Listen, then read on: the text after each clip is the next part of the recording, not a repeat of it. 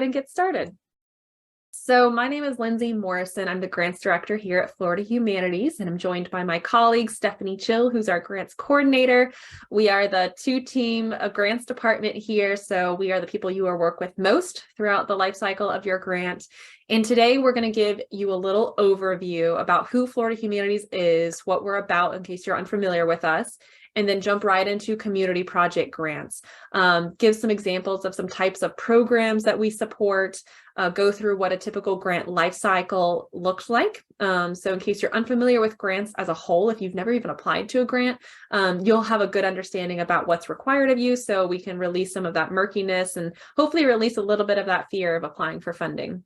And then we're going to go into keys to successful applications. What are some deadlines that are coming up in 2023? We'll go over budgets, cost share, how to apply, and then jump into the Q&A. So first off, a little bit about us. Florida Humanities is a nonprofit organization. We are located in sunny St. Petersburg, Florida, but we serve the entire Sunshine State from the Panhandle to the Keys.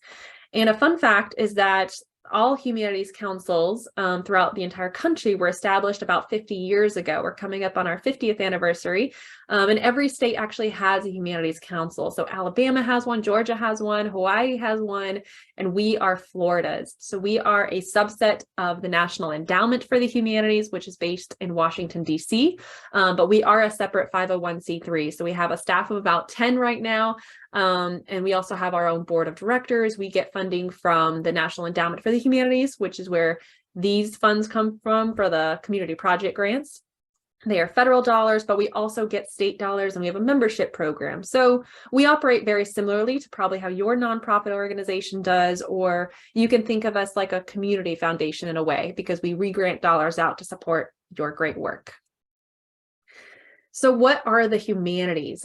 This is a question we get a lot because it can seem like a very nebulous topic, but overall, it can be really boiled down to these disciplines that are listed out on the slide: history, literature, the study of languages, law, political science, art history, archaeology, anthropology, which is the subset I have a master's degree in, and civics and religious studies, gender studies. But really what it means is the study of what it means to be human. And a lot of times when people think of the humanities, they think of this guy, right? Plato, Aristotle, people who existed a while ago. Maybe, that's only applicable to people who have a PhD or a master's in, one of these disciplines, but that could not be farther from the truth. The humanities is really the process of pursuing and understanding our shared human experience. And I like to really think of it like you're bringing the public together to really, think creatively and critically, to reason and to ask questions, to examine the history and lived experiences of our neighbors that make us more understanding, empathetic people, maybe about our own background, how we came to be, as well as our neighbors' background. So I really feel like the humanities brings us together, and sometimes in a day and age where we can seem so far apart. So that's why we really encourage organizations that are cultural organizations. Maybe your organization has a humanities focus, but maybe it doesn't. Maybe it's more focused on, just community programming in general. We really encourage you to think about maybe weaving in humanities programming to your regular menu of activities. And I think that could benefit your community. So a good question is, what is public humanities programming? And this differentiation is important because as a funder, this is what we are particularly interested in supporting. So it's moving beyond just supporting an exhibition or supporting the collection of oral histories. What we're interested in is how are you bringing the public together to foster that Q&A, that discussion, that dialogue that helps that little light bulb, that proverbial light bulb, that aha moment that appear above people's heads.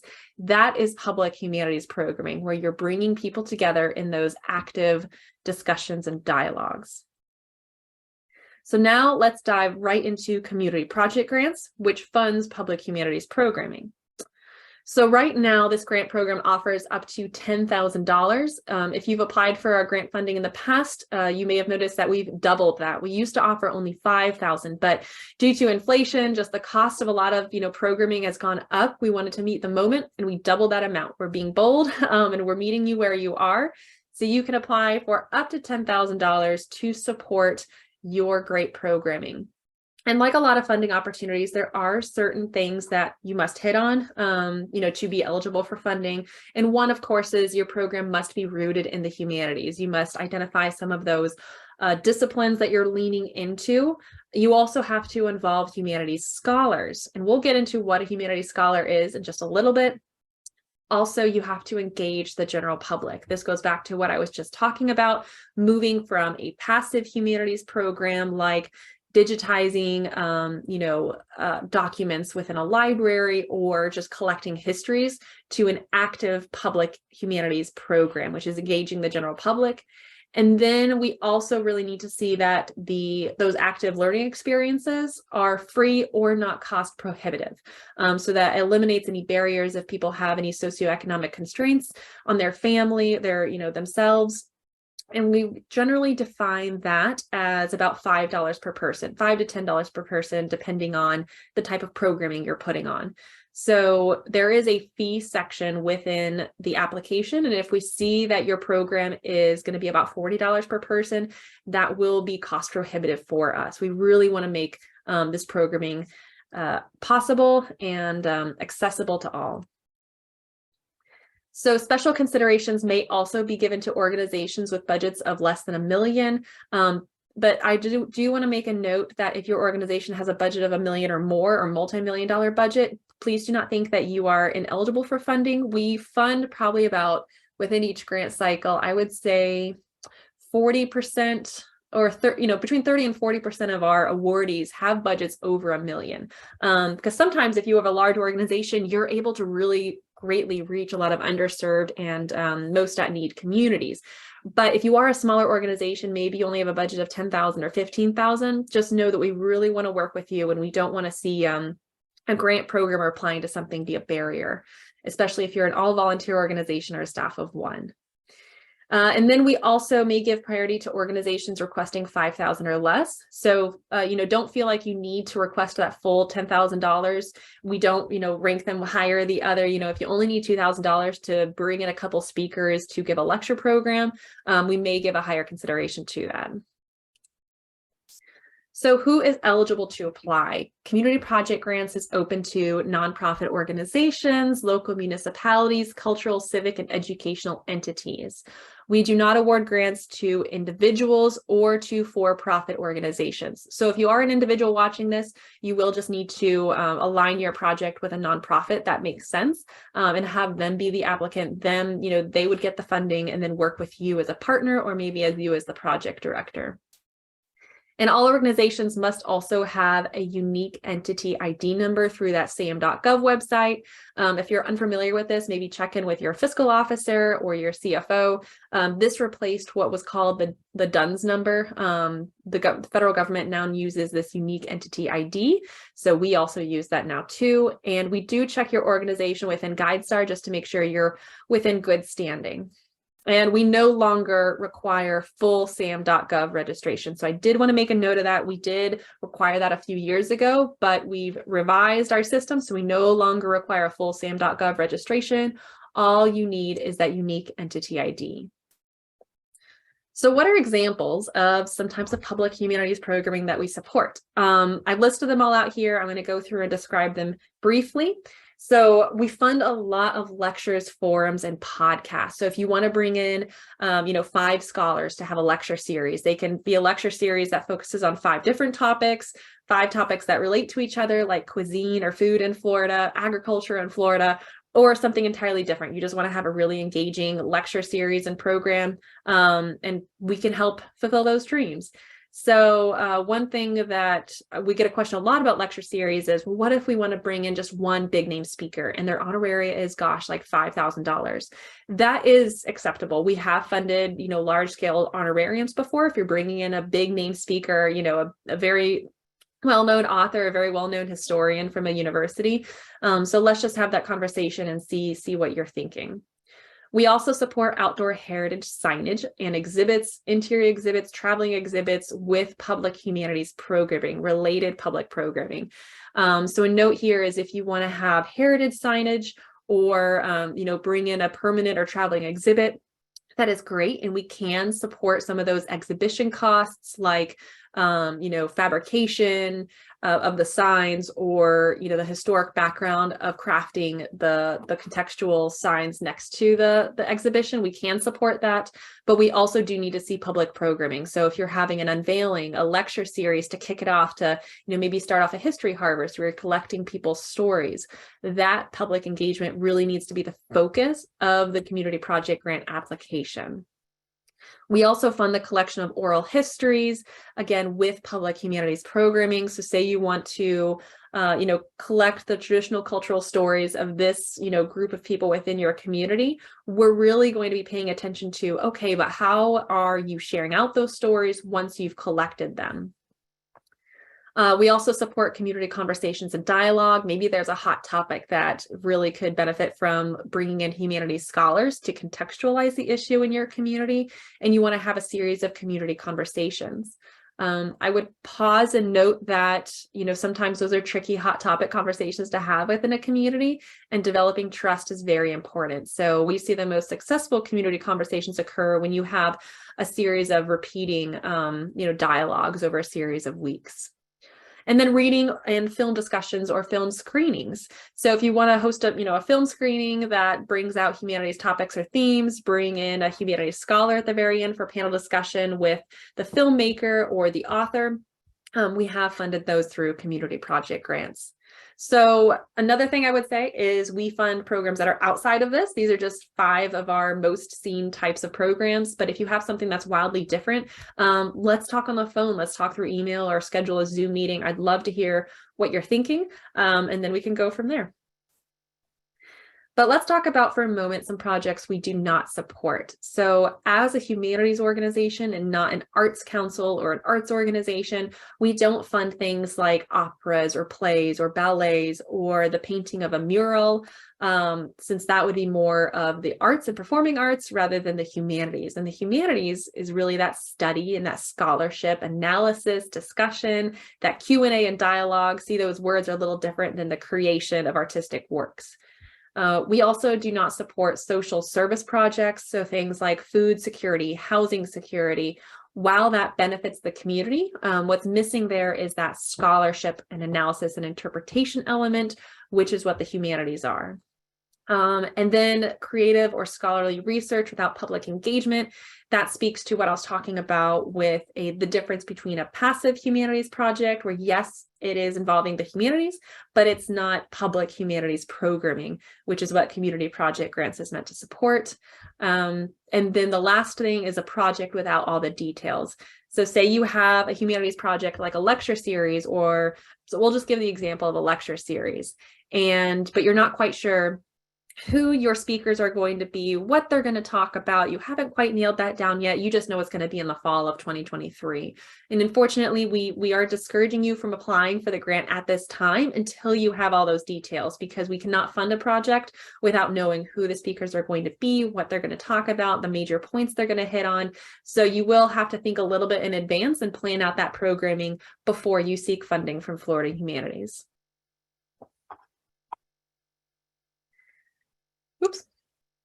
Oops, sorry, I'm gonna go back. I jumped to the very end.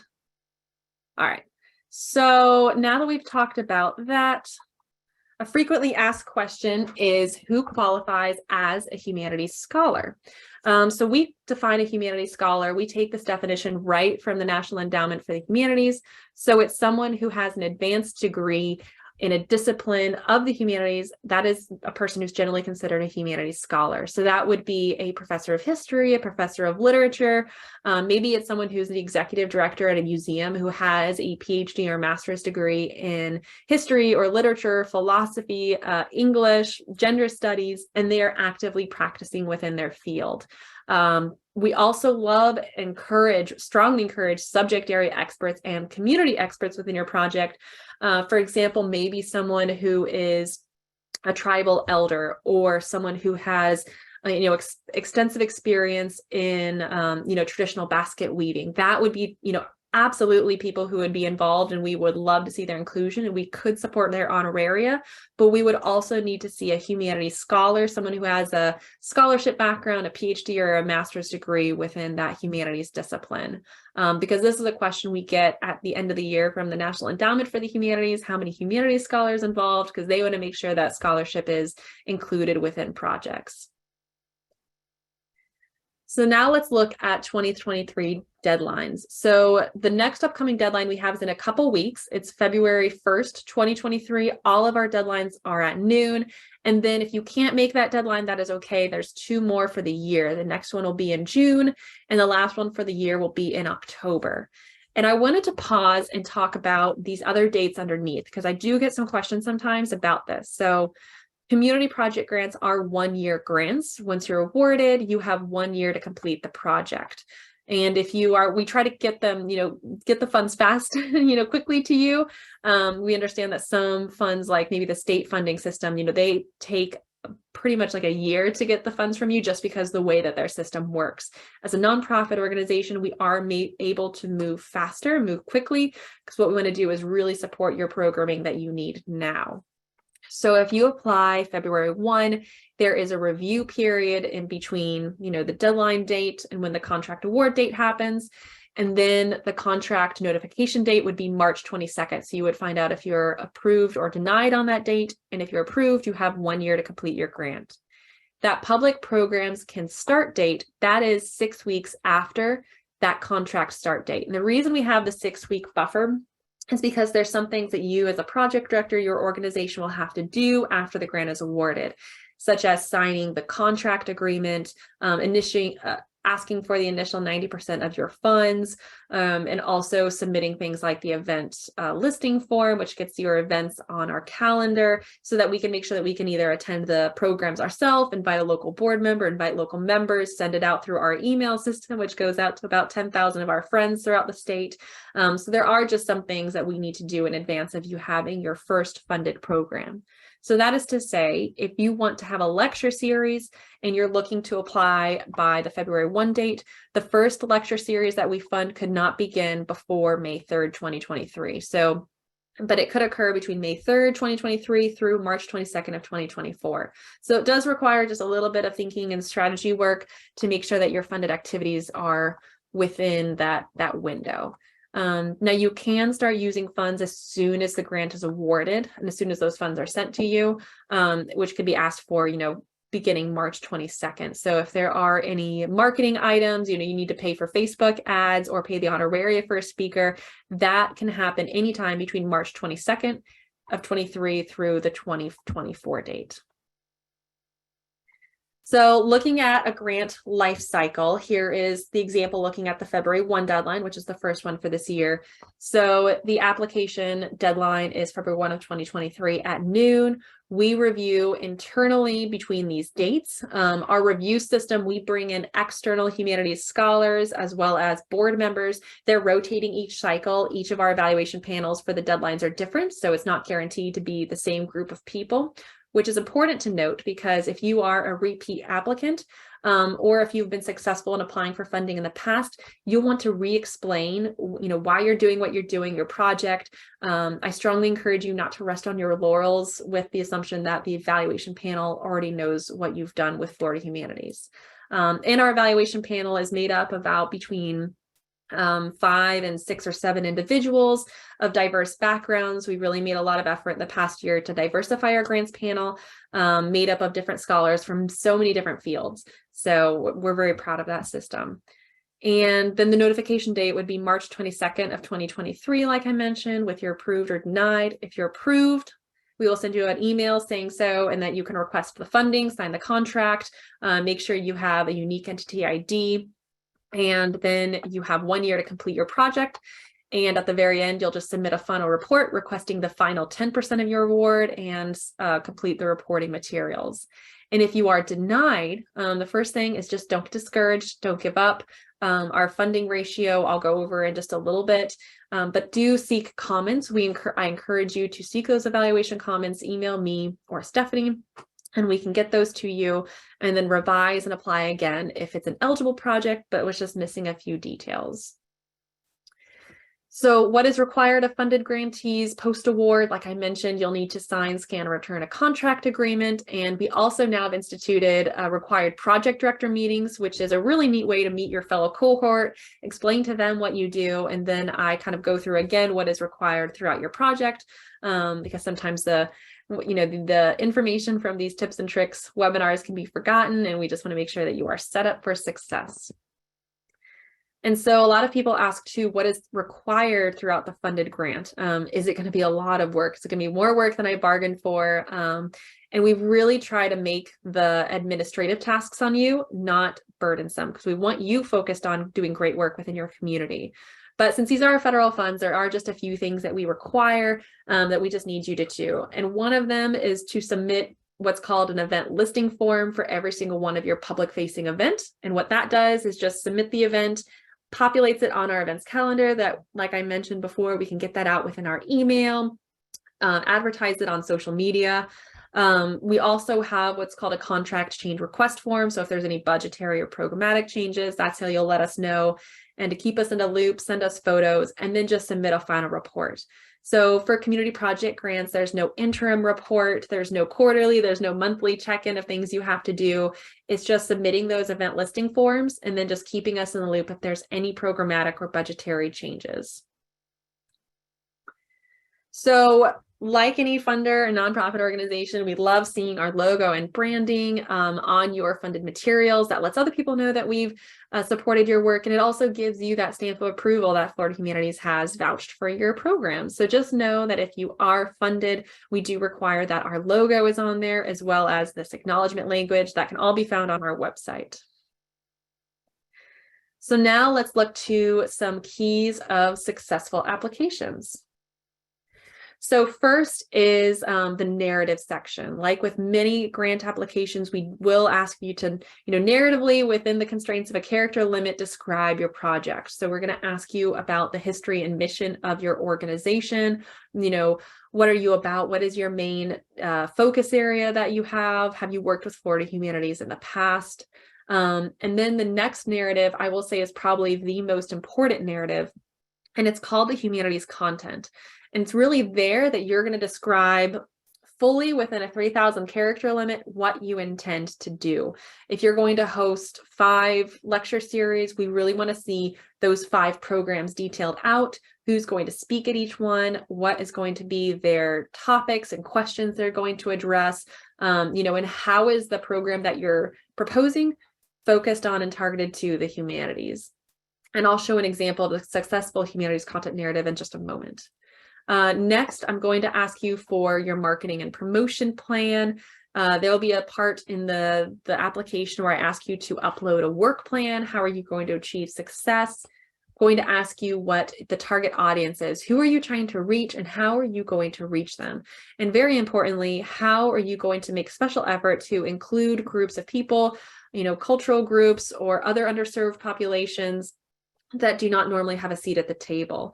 And what we're really focused on is not only how are you making special effort to invite underserved or underrepresented groups to your project's final programs, but how are you involving them in the development of your programming? Both of those areas are very important to us. And then fees, how much are you charging if you are charging for your programming? Project personnel, we'll ask you to break down who your humanities scholars are, who your subject area and community experts are, and who are the main key personnel, like the project director or other key staff that are involved in the project. And then finally, impact and evaluation. How are you going to measure success? We do ask you to upload an evaluation form to your application so that we can really see how you are thinking critically about the qualitative and quantitative data that you're going to be asking of your participants. So now let's look at an example of a humanities content. So you can see here, this one is very well organized. They've broken it out into paragraphs. Maybe they've written in a Word document, they've read it over, they've had their friends read it over to make sure it makes sense to someone who is not familiar with their project. It is clear and concise. It provides a great amount of detail about the project and how it's strongly rooted in the humanities. And it focuses, this is probably very important, focuses on what specifically you are asking funding for. So one tip that I have, a behind the scenes tip, is If you, for example, are asking funds for a film series and you did a film series in 2022, you want to ask for funds for the film series in 2023 now, I would strongly encourage that you focus on the film series in 2023 and don't just describe what you hosted in the previous year and say, we're going to bring similar types of films to this new year, kind of along those themes as well. That falls into that, projects that we cannot support because all those details aren't there. So really be forward thinking and describe to the evaluators what specifically you are seeking funding for. Another tip and trick is to really spend this narrative focused on the programming itself and not the specific history of the humanities topic. Like I mentioned, our evaluators, a lot of them are, historians or have background in the humanities. So we can do a little Google, search about, what the history of your topic is. But if you spend maybe 50% or 60% on describing the history, and we love your passion, we love that you are really into this topic, it doesn't give much space for you to then describe what you're actually going to do with the funding if awarded. So another successful narrative that I've listed out here is the target audience marketing and promotion. So again, here we're looking for something that's clear and organized, really focusing on how you are going to involve in the development and the promotion underserved or underrepresented communities. How are you going to gather qualitative, quantitative data? Maybe mention some metrics. If you're going to advertise within a newspaper, what is the reach of that newspaper? If you're going to cross-promote on several partners, Facebook platforms, how many followers do they have? Or, Instagram followers. Numbers really speak well to the evaluation panel, as well as a clear organization and kind of thinking broadly about how you're going to expand your reach. So some unsuccessful narratives, they may be too short, maybe 3 or 4 sentences. That unfortunately does not give the evaluation panel much to go on. So it's a balance, right, between using up all the character count and then, not going off on something that maybe doesn't need to be included within your application. But the good news is that if you send me your application in advance of the deadline, about 2 weeks in advance of the deadline, I'm happy to give it a pre-review, give it a look over, and give you my thoughts on it. I know we're about 2 weeks before the deadline right now because with the holiday system, but if you can get it to me within the next few days, I may be able to give it a quick look at it. So some required documents that are outside those narrative questions. We're going to ask you to upload a work plan. Maybe that is a Word document with a month-by-month bulleted list about, what you're going to do each month. I've seen some people, go into an Excel spreadsheet and it's very color coordinated where they have bars, representing the different phases of the project each month. However explains the project best to you. Don't feel like you need to be specifically technologically savvy in any of those ways to graphically represent your work plan. We really just want to see something that is well thought out so that we can also see when programs are going to happen, when you're going to start marketing them, when you're going to be reaching out to partners, and very importantly, that you already secured humanities scholars in the project. We're also asking you to attach your operating budget so we can get, just a little view about how your organization is financially situated, since these are federal funds and we need to be good stewards of them. We also ask you to upload attachment A, which is that scholars have agreed to participate. This is very important because if you say that 5 scholars are going to be speaking at these 5 lectures, we want to make sure that the scholars have agreed to speak at those lectures. We've seen some situations where scholars are just not available. Maybe they're in high demand. And the last thing that we would want to get you into or us into is if you've asked for funding, you're awarded for funding for a certain project, and then it just can't be. So that's why we just ask you to make sure that they've agreed to participate before you apply for funding. And a lot of times scholars or project directors are, a little bit nervous. They say, well, what if we don't get funding? Then we've looked really awkward right in front of these big name people. But know that it is okay. These folks get a lot of requests a lot of times, and how you can craft that ask is saying, hey, we are interested in seeking funding from Florida Humanities. If we are funded, would you be interested in speaking at this event in June of 2023, in mid-June, down here in Boca Grande? And then we're going to ask you to upload a sample evaluation tool so we can really see how you're thinking critically about questions that you're asking of the public. And The evaluation metrics, we love to see, demographic, how are you getting those quantitative data? Of course, how many people attended, that's an important one. How many viewers viewed your podcast or listened to your podcast or attended your exhibition opening, but also those qualitative questions. And by that, I mean, maybe you're asking the public, what did you know about this topic before you listened to this lecture? And what new topics or what new ideas or perspectives did you learn? How did this expand your understanding? What other questions do you have? What other topics do you want to see from us in the future? So more of those open-ended questions.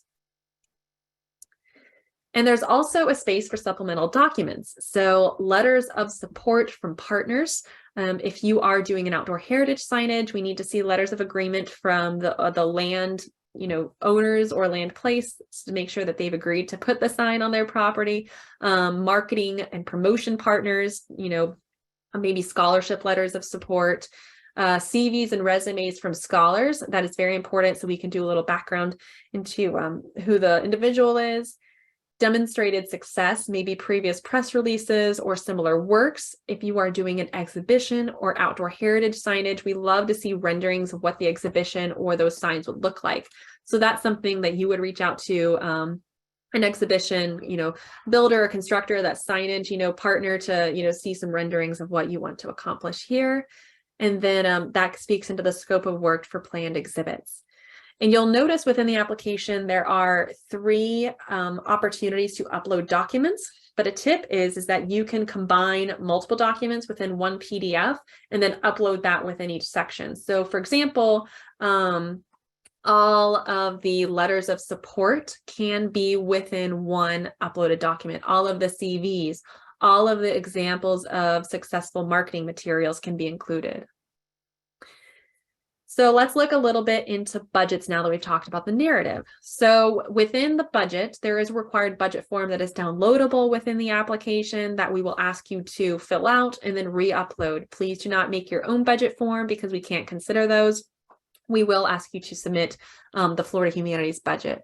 So the line items that you can request, we have them listed here. It is honoraria, travel, per diem, and lodging, facilities, equipment and AV, publicity and promotion, supplies, exhibit design and fabrication, and other. One difference I will note is that you can now request 10% indirect costs, that is overhead, within the other category. Before, we only allowed that to be recorded as in-kind cost share and not within Florida Humanities requested funds, but we now allow that. So you can record 10% indirect costs within the project budget. So honoraria for humanities scholars, for subject area experts, maybe direct programmatic stipend if it's outside your normal salary duties. Travel, per diem, and lodging. If you're having scholars come in from out of state, you need to put them in a hotel. We do cover that. Facilities, equipment, and AV. If you're renting space, that can all be covered by this grant. Facebook ads, print ads, if you need to print banners or posters or signs. Gathering supplies, maybe you need supplies for a community conversation series, notepads, pens, pencils, those sorts of things. And then exhibit design and fabrication. If you're crafting an exhibit, we do cover some of those costs. So some things we do not cover. I would encourage you to look at the guidelines. They are all listed there. If you have any questions, I'm happy to lend my advice and let you know, but we do not cover food and beverage. And we do not cover, food and beverage is a big one. And then, cost of refurbishment or, buying TVs, those sorts of things that are a little bit outside of what we fund, but do look in the guidelines and they're listed there. So where is the budget form?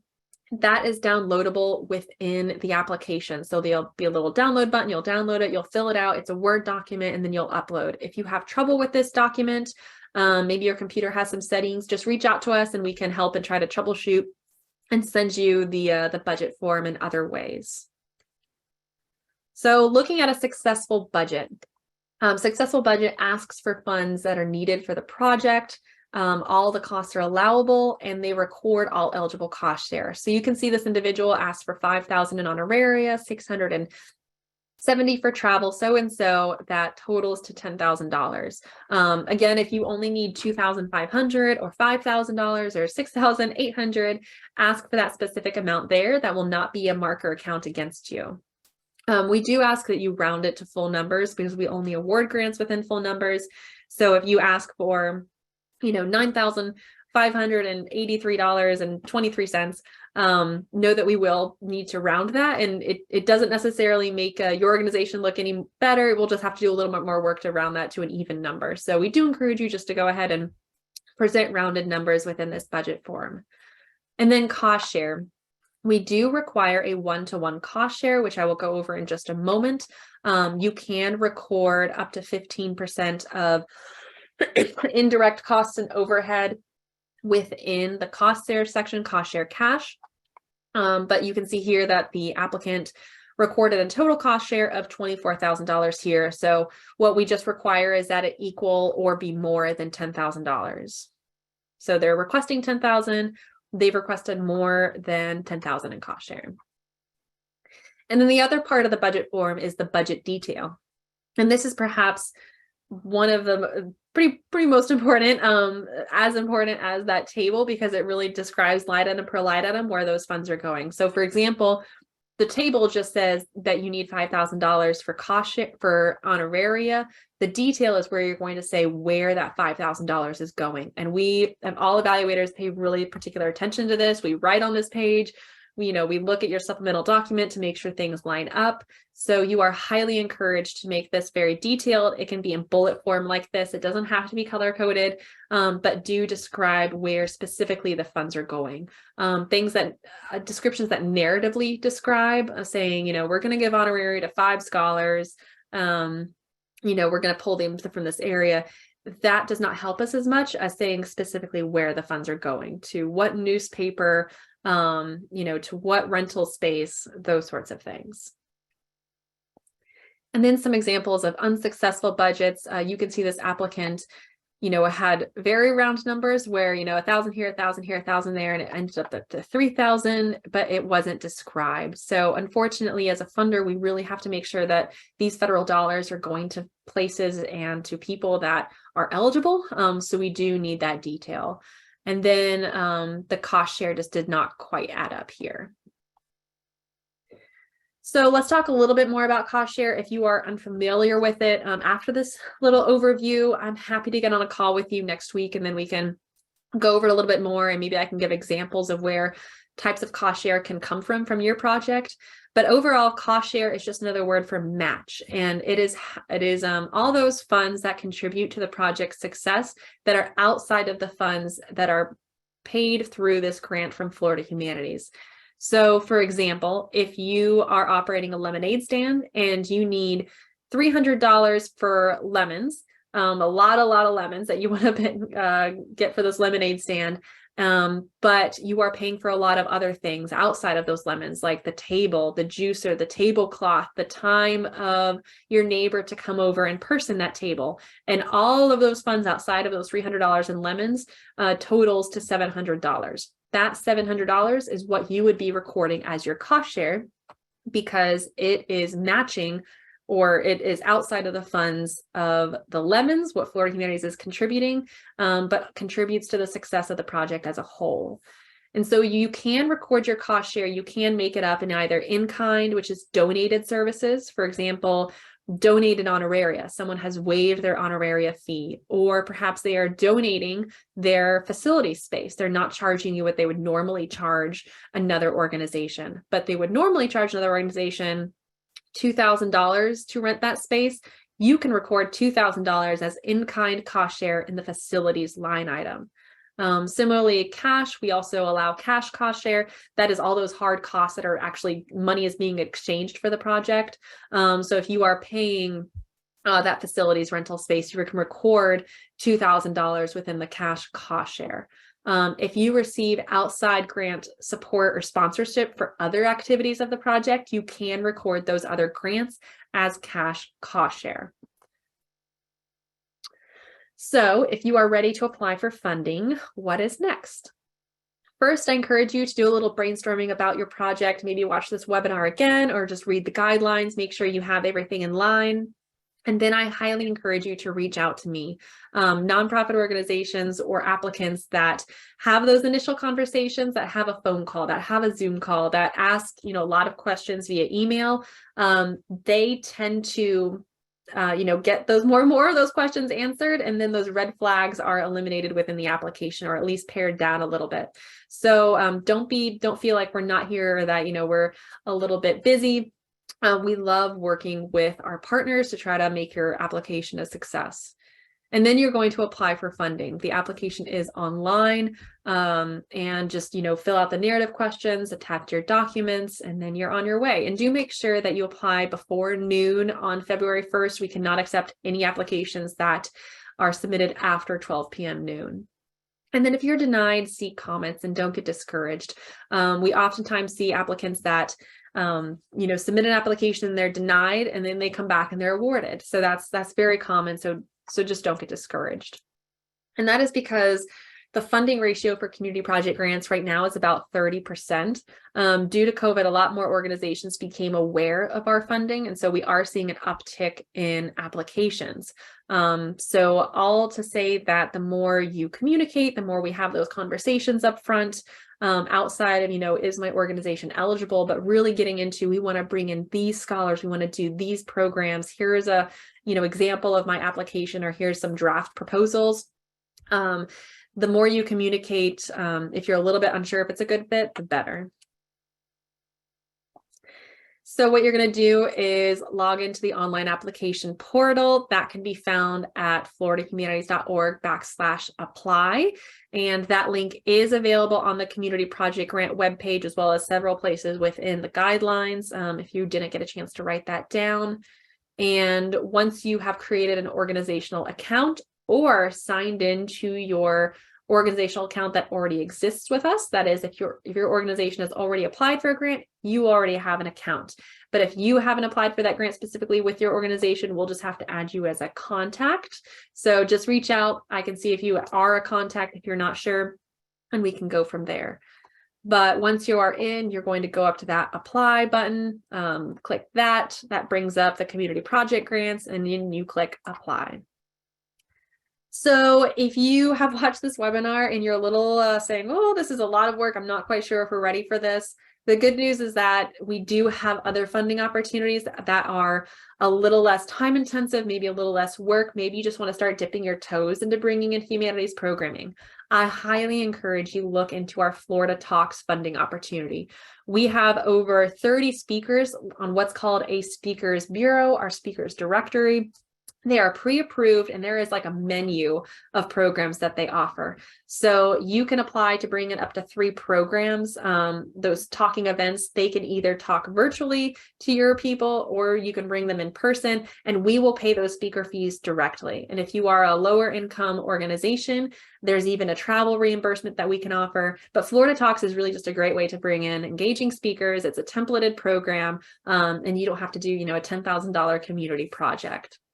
We also have a book festival grant that is up to $10,000. If you want to host a book festival in your community, there are specific guidelines for that. So do look on our website. If you want me to send the link directly to you, we can drop that in the chat. Just let us know.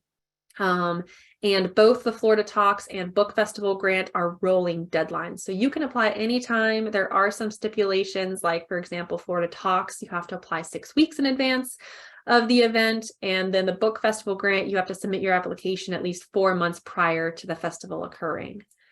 If you are a college or university, I just wanted to make a note. We do have the Greater Good Humanities and Academia grant open. So if you're watching this, university or college, you are highly encouraged to apply through that opportunity. It mirrors community project grants, but we've tailored that funding opportunity to meet the needs of universities, your fiscal offices, and some processes and steps that you all have in place.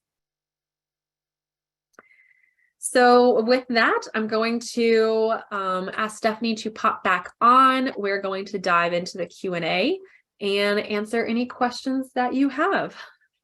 We do have one that came in a little bit earlier when you were discussing kind of the makeup of what projects look like. And this question is from an art museum, and they have an exhibition that features artists. And this year they were thinking about having their local poet laureate facilitate the artist talks so that they could delve into the artist's personal narratives and how this comes out in their art. Does that qualify under this type of project? Poetry is an interesting thing. And that's the thing about humanities is that if you ask 5 humanities scholars the definition of the humanities, they may all have different definitions, which makes our job a little bit challenging. Poetry does fall within the humanities.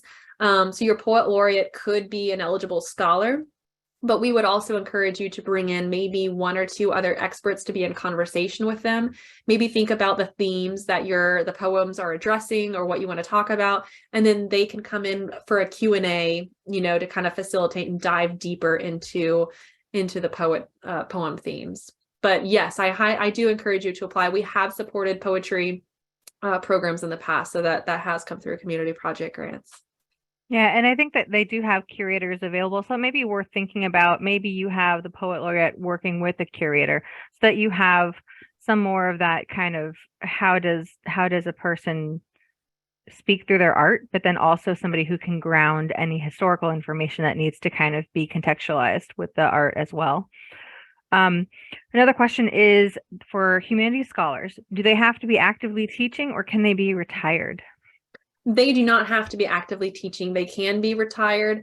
It all depends on what their background is. If they're maybe still participating in some way, critiquing some, lecture series, but we do like to see folks who are still engaged in scholarship in some way, but they do not actually have to be employed by university or college or a nonprofit. Yeah. Okay. And we have somebody who's working on a couple different projects. So my first thought would be reach out to Lindsay if you are kind of figuring out what might be the best project or most eligible.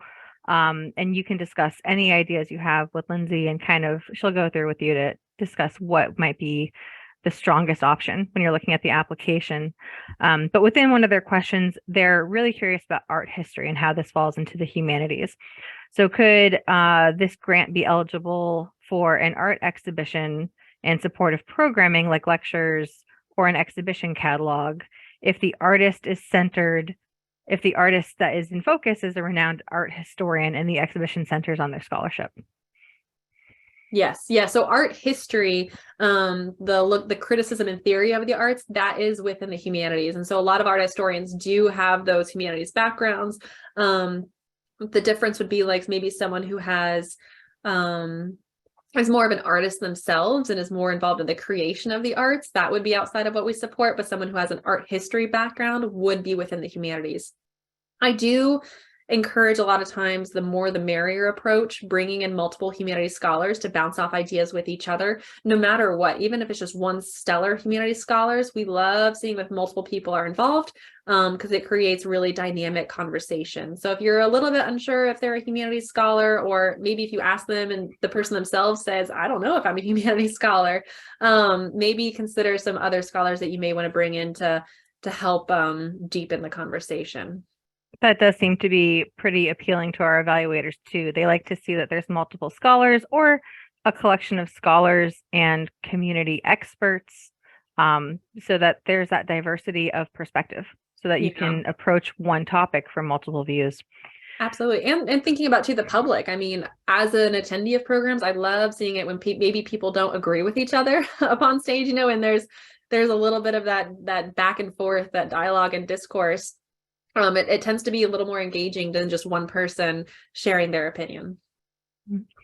Would a chief curator who holds a Master's of Fine Arts be considered a humanities scholar?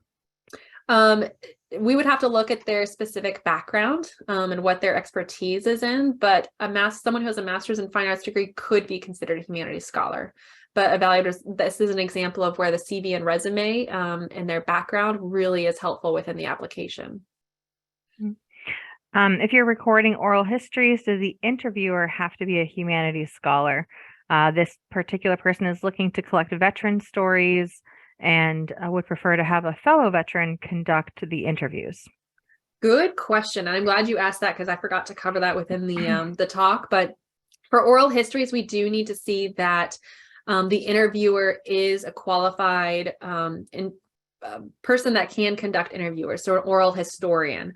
It's lovely, and we do strongly see the value and seen it be successful when someone from the community interviews other community members, because they have that level of trust and the person they're interviewing feels more confident relaying their feelings to them. But sometimes, I mean, the questions that interviewers ask, it does require a little bit of experience in how to ask those questions. So what I encourage you is to involve a oral historian, a folklorist, someone who is experienced and qualified in collecting oral histories, involve them in the project. Maybe that person, the veteran, could be the person directly asking the questions, but you still have an oral historian involved to help guide those questions and really coach that person to ask thoughtful, deep ones that do consider who is being interviewed.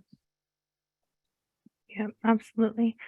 Another question, can the grant be used to support workshops, such as a workshop centered around creating accessible programming within an arts organization, such as a workshop that funds audio describing artwork for blind or low vision access if the scholar is in disability studies? Got it. That's another good question. So we do not fund skills-based workshops or programs or activities that are for a very limited group of people. We the community project grants is meant to support programs that are open and available to the general public that are more active learning experiences, but we do not fund like academic conferences or skills-based experiences. So that would be very tricky. And I would say it would probably not perform competitively if it was a workshop focused on providing a skill.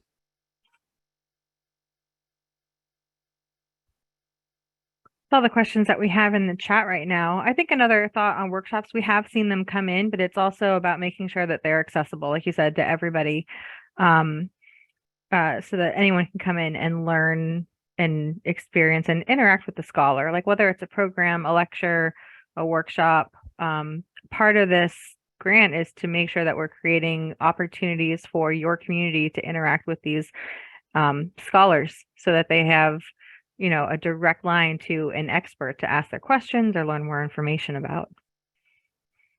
Great. Thank you, Angela. Glad that helps. All right. All right. Well, perfect. Well, Stephanie, was there anything else that maybe I didn't bring up during the webinar that you wanted to touch on, or we could also let folks go? I think we're about 5 minutes ahead of schedule. So yep, I think that it covered a lot. Of course, we are both always here. You can always reach out to us by email or phone to chat about your ideas and get clarification if you have other questions down the road.